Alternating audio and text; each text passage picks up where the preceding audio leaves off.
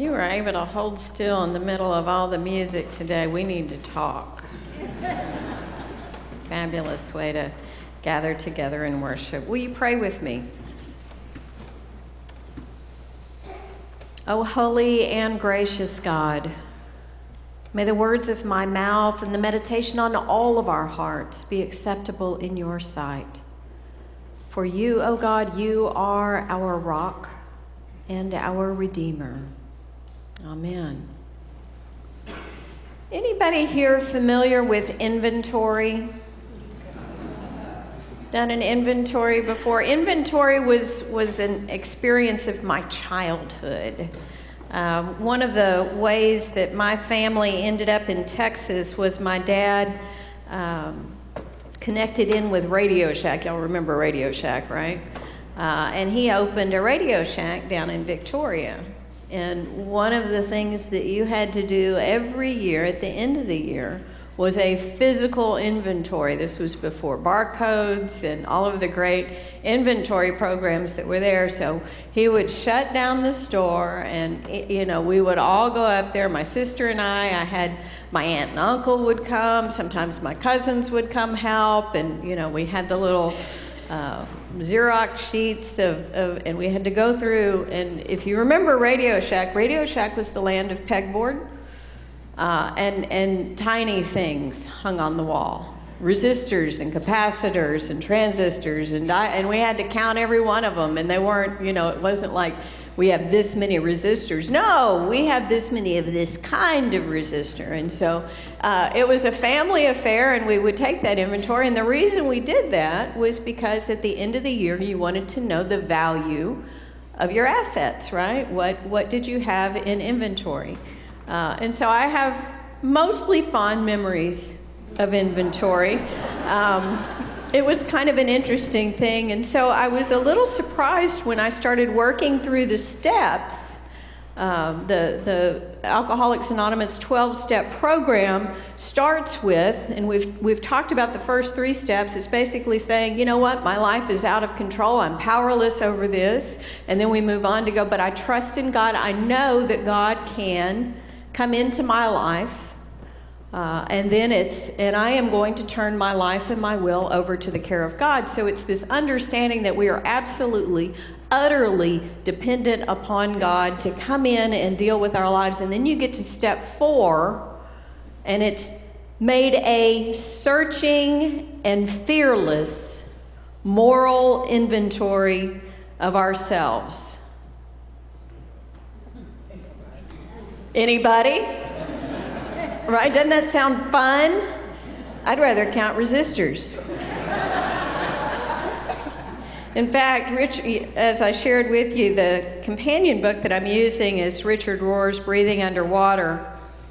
And he says this about this step. He said, those who are raised in highly moral families or with a strict religious upbringing will usually recoil at step 4. They are so tired of judging themselves and the judgmentalism toward others that comes with it that they tend to resist any searching and fearless moral inventory. The problem with a searching and fearless moral inventory on the surface is that we beat ourselves up pretty good already, right? We're pretty good at, I know where my flaws are, mostly. I'm sure there's more. Which is what the inventory is for, but we pretty much are aware that there's probably some things that we'd rather you not know about that we're dealing with. And it's interesting because Jesus never invited us to do a searching and fearless moral inventory in those words, but he did talk to us about what it was that kept us from being fully who we were created to be. Now we look at this passage from Matthew, and it's an odd passage. It never shows up in the lectionary. So the only time you're going to hear a preacher talk about it is when they go rogue, right? One of my flaws.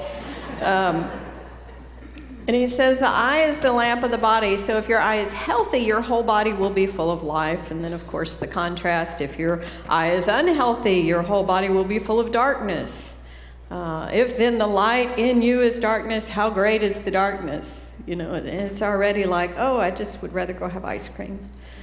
But what's interesting about this passage is that in some other translations, like the King James Version, it says, the light of the body is the eye. If therefore thine eye be single, thy whole body shall be full of light. Now that's an odd way to think about this. But when you think about single vision, then you automatically think about double vision. Anybody ever had double vision? Isn't that fun? And the idea here is that when you have double vision, you're trying to focus on what God is calling you to, and you're also pulled by the things that you would desire or that the world invites you to. And so in this language, it's about keeping your eye focused on what it is that God is calling you to. And it really does speak to this inner stuff that we deal with, that I deal with. You do too, but I won't call you out on that. And then, so this is more about the inner working that we need to do to get our sight, you know, to get that single vision, that single focus, that laser sharp focus on who God is and therefore on how we are in relationship with God.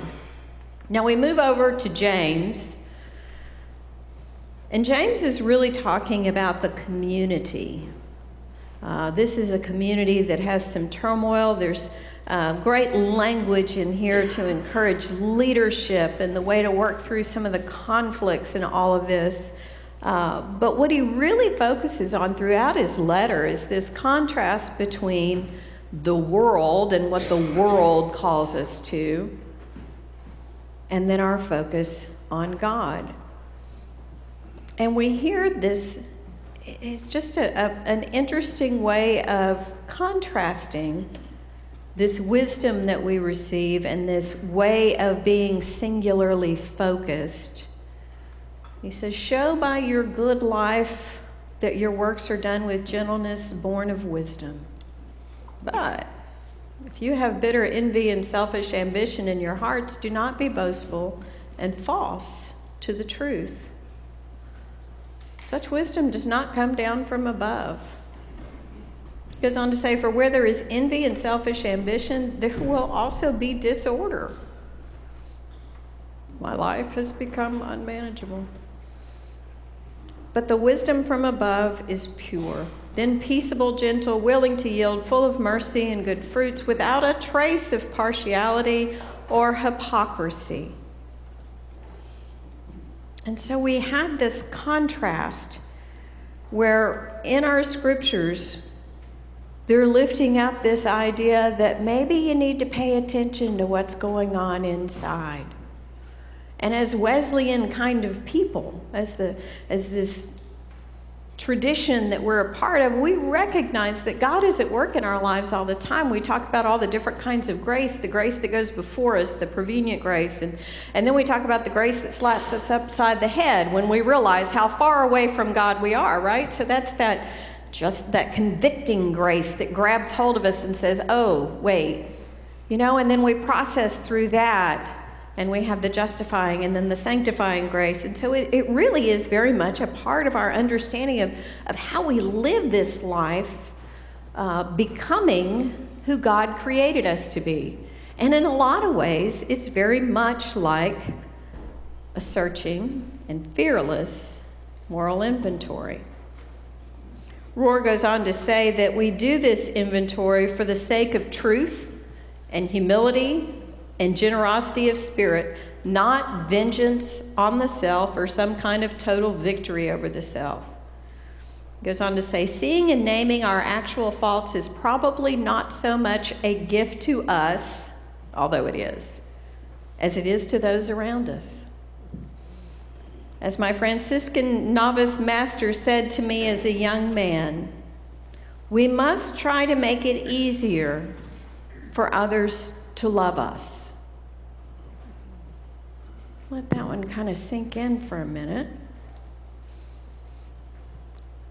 See, the thing is, that we are equipped with both our dependence on God and our desires to do things that take us away from that dependence. When we begin to look deeper into ourselves, when we get to the root of what Jesus is talking about when he invites us to look deeper, what the steps are talking about when they invite us to this searching and fearless moral inventory, when we get deep into that, what we find is that we carry around an awful lot of resentments and fears. I mean, at the core of this work is our own struggle with the resentments and fears that we carry around. Now, what do we mean by resentments? What leads to that? And what good is it to recognize our resentments or our fears? Well, the truth under all of that is that we have a role. We own a part of our own resentments. I mean, if you're going to resent somebody, and I'm not going to give you time to picture somebody that you resent, although we could probably work through it pretty good that way. But when we resent someone, what we're basically saying is our expectations were not met. We were disappointed, we were frustrated, and yes, we were hurt. I mean, if you've ever been hurt by someone you love and you let that resentment fester, not that you would let the resentments fester.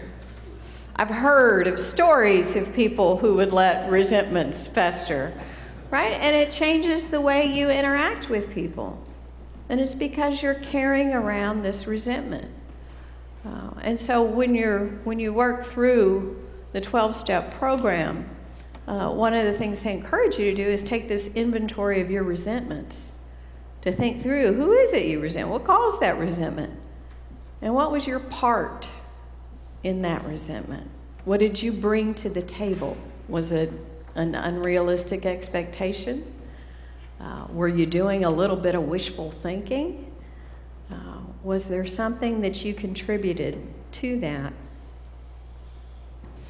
The other part of that is the fears that we carry around. You know, if you've had a loved one who has hurt you, and you bear that resentment, you may have a fear of the pain that comes from being hurt. And if you live out of the fear of being hurt, then you begin to adopt behaviors to try to make sure you don't ever get hurt again. And so you isolate yourself. You know, you put that wall up. Anybody got a wall around themselves? We build a wall around ourselves to try to protect ourselves, but what happens?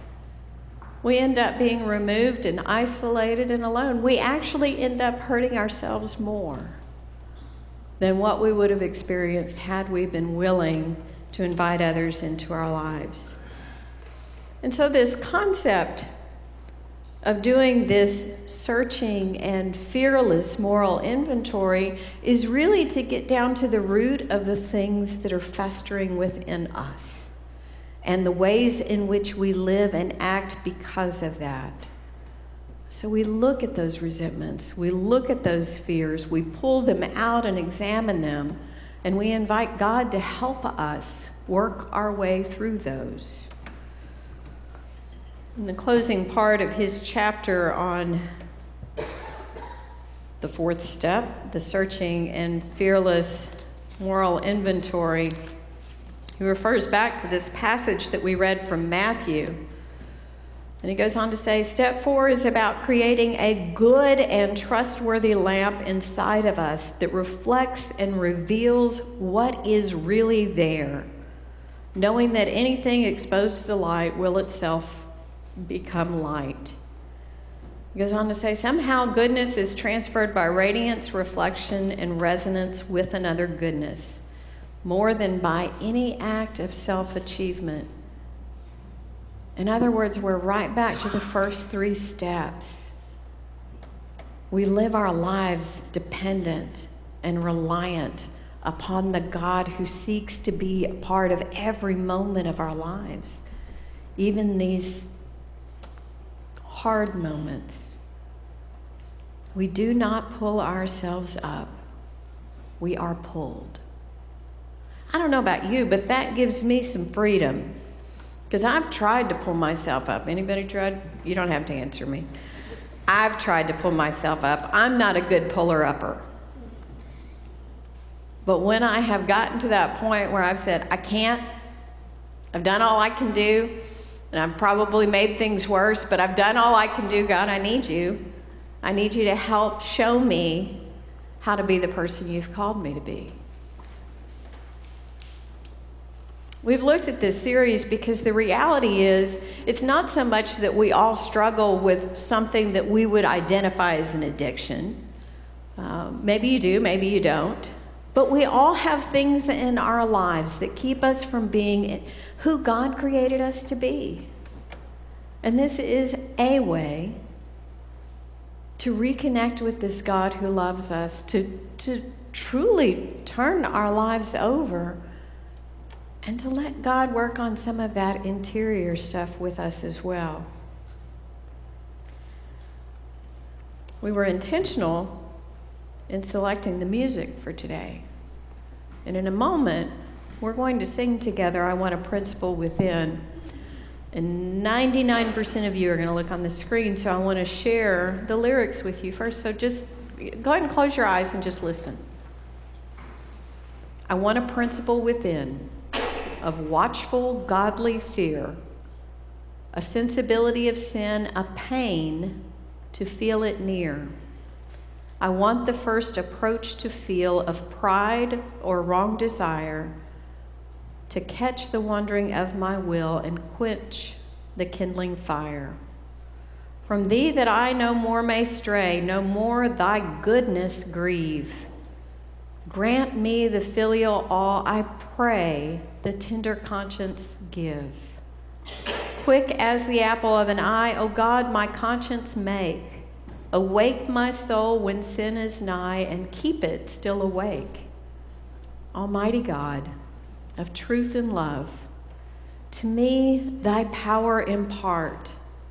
The mountain from my soul remove, the hardness from my heart. O may the least omission pain my reawakened soul, and drive me to that blood again which makes the wounded whole. Amen.